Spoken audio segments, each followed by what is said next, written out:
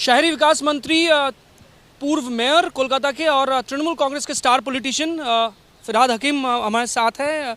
बॉबिदा, आपसे जानना चाहूँगा, फिलहाल जिस तरह से राजनीति चल रही है, अभी भी लगभग 3 महीने दूर है चुनाव, क्या लग रहा है आपको, क्या हो सकता है इस बार चुनाव में? देखिए, कितना कॉन्फिडेंट? राजनीति में अपप्रचार या किसी को दूसरा दल में ले जाने से राजनीति का कोई फर्क नहीं पड़ता है, क्योंकि चुनाव में जो वोट देता है वो आम जनता वोट देती है और आम जनता देखती है जो सर्विस क्या मिल रहा है, आपके लिए सरकार ने क्या किया है, आप सारा साल जो आपका ज़रूरत है उसके लिए सरकार है कि नहीं। सरकार हर दुख दर्द में आपके पास खड़ा हुआ कि नहीं, सरकारी प्रशासन ये देखती है आम जनता।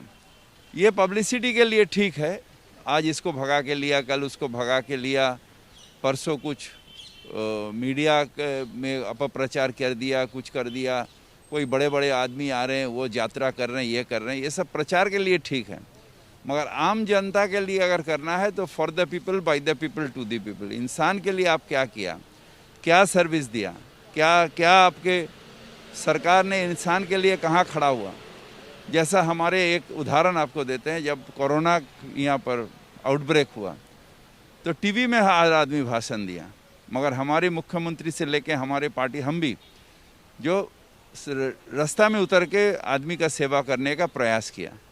हमने आमपान के समय सब टीवी में बोला ये होगा ये नहीं होगा, मगर पूरा शहर जो है हमने खड़ा होकर साफ कराया।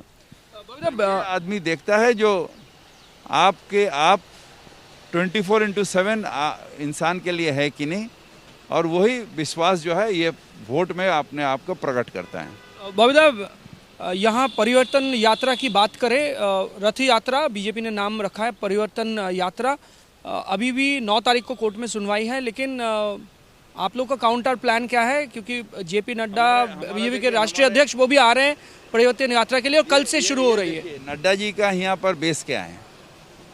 नड्डा जी बहुत बड़े नेता हो सकते हैं, मगर उनका बंगाल में बेस क्या है? तो उनको देखने के लिए और वो देख के इतना प्रभावित हो जाएंगे जो है बीजेपी को वोट दे देंगे, ये सोचना भी गलत है। दूसरा है, जो ये यात्रा हर जगह जितना बीजेपी करता है वो सांप्रदायिक भेदभाव के लिए करता है, डिवीज़न ऑफ द सोसाइटी, और हम करते हैं यूनिटी ऑफ द सोसाइटी। हम एक साथ सोसाइटी को रखना चाहते हैं, चाहे वो जो धर्म की हो, जो भाषा की हो। हमारे बंगाल का ये परंपरा है, ये हमारे रविन्द्रनाथ टैगोर, काजी नजरुल इस्लाम, हमारे शरद चंद्र बोस, शरद चंद्र चट्टोपाध्याय, हमारे विवेकानंद, रामकृष्ण देव, सब ने यूनिटी की बात किया है, यूनिटी इन डाइवर्सिटी। बीजेपी का भी आरोप यह है सालों से कि तृणमूल कांग्रेस भी मुस्लिम तुष्टीकरण का राजनीति कर, ये गलत है।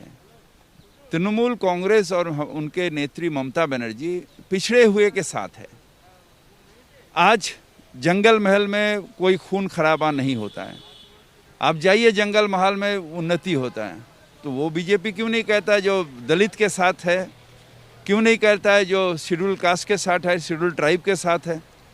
जितना हमने अलॉटमेंट किया मुसलमान के लिए, माने माइनॉरिटी के लिए, उतना ही तो हम दलित के लिए और शेड्यूल कास्ट, शेड्यूल ट्राइब के लिए किया है।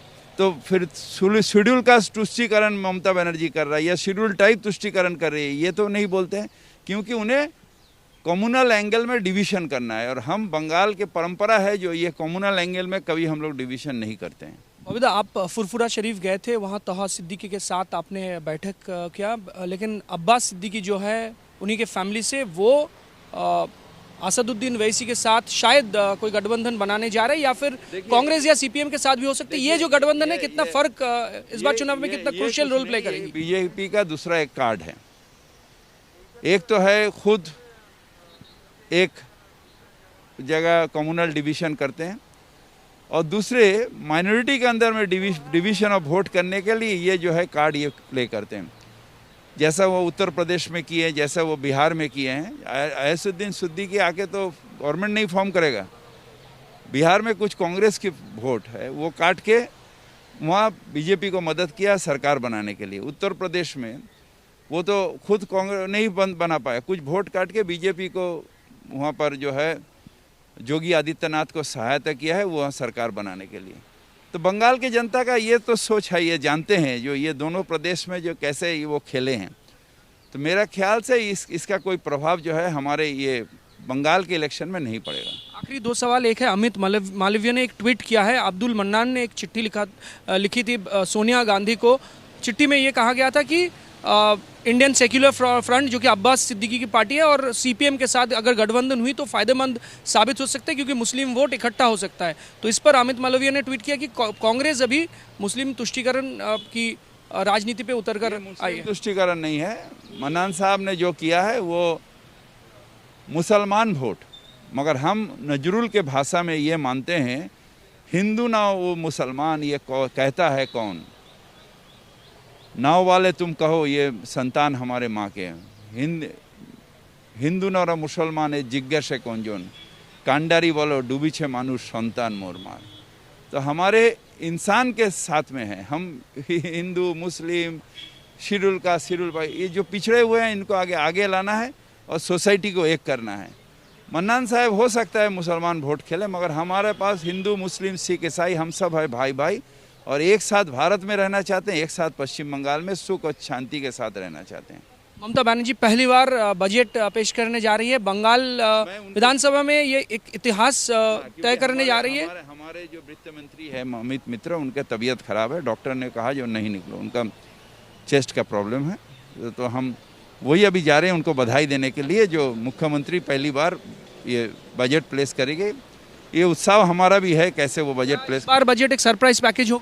नहीं, ये तो वोट ऑफ अकाउंट्स है, आप जानते हैं इलेक्शन के आगे तो बजट नहीं होता, वोट ऑफ अकाउंट्स होता है, तो वोट ऑफ अकाउंट्स ही है ये। एक आखिरी सवाल सिर्फ, इस बार चुनाव में कितनी सीटें तृणमूल कांग्रेस को उम्मीद कितनी सीटें अब मिल सकता है? हमारे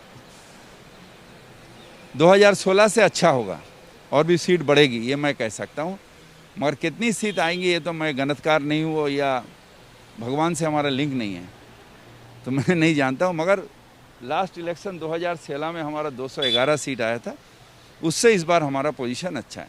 हाल ही में आपने कहा कि जो तृणमूल कांग्रेस के जो नेता बीजेपी में गए हैं चुनाव के बाद उनको, मतलब आपने शब्द कोटान कोट कहा था कि उनको इस्तेमाल करके बाद में नहीं, वो तो होगा ही, क्योंकि जो अपने परिवार का नहीं हो सकता, माँ का नहीं हो सकता, वो दूसरा का क्या होगा।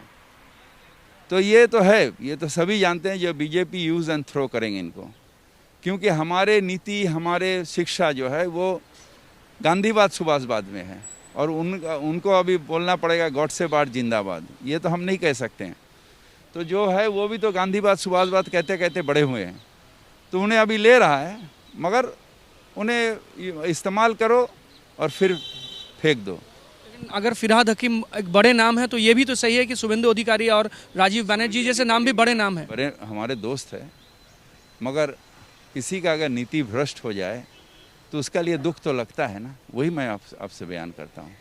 हमसे बात करने के लिए बहुत बहुत धन्यवाद। फिरहाद हकीम शहरी विकास मंत्री और कोलकाता के पूर्व मेयर, उनका कहना है कि 2016 विधानसभा चुनाव से भी इस बार अच्छा प्रदर्शन करने वाली है तृणमूल कांग्रेस इस बार के विधानसभा चुनाव में। कैमरामैन आदर्श नायर के साथ कुंतल चक्रवर्ती, एबीपी न्यूज़, कोलकाता।